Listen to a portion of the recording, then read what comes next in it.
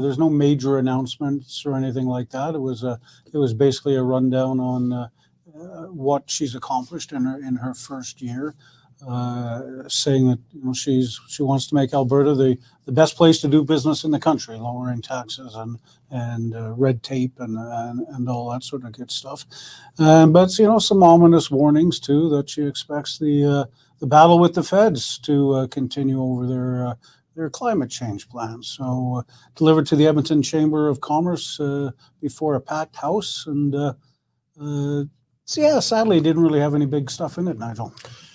Well, it depends how you define big, doesn't it? Huge. Actually, if you go out there and say that you are expecting the senior level of government to do everything that it can to attack you and to undermine your purposes, and you saying it are the premier of the province, that's pretty significant.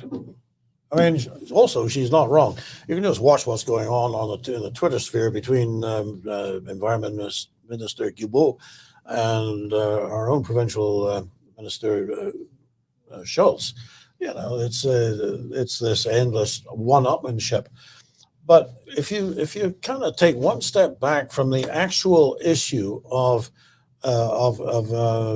zero emission grid by 2035, which is what this is ostensibly all about.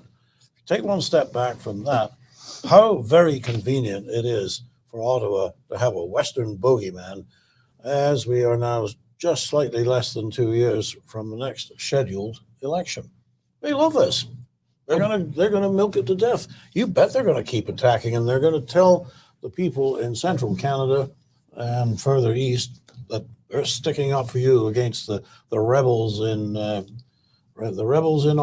Alberta and possibly Saskatchewan as well. Well, to be honest, that bogeyman goes both ways, though. I mean, politically, it serves Premier Smith quite well to be able to have a foil in Ottawa that you can always point to, and the much loathed Justin Trudeau, and to keep telling voters, we're going to stand up for you against the nasty socialists, or at least environmentally ideological government in Ottawa. It's almost I know neither would like to ever admit it, but they actually complement each other in the political sense. Yeah, and Trudeau's plunging in the polls. Nothing he does is right. It all turns to crap these days.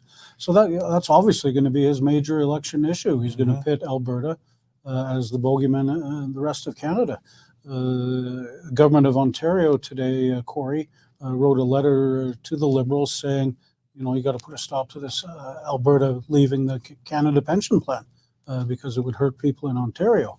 And it would hurt them in the pocketbooks by having to cover more of the premiums. So Alberta as public enemy number one fits lovely for what Trudeau would like to see and do. Yeah. And that's actually going to be a tough one for Pierre Poilievre to stick handle too, isn't it? Yeah, well, he's already said that Alberta should stay. So he's made his position pretty clear. Yeah, and I think Ontario is just going to be the first of many provinces. Saskatchewan has said they're not overly enthused by it.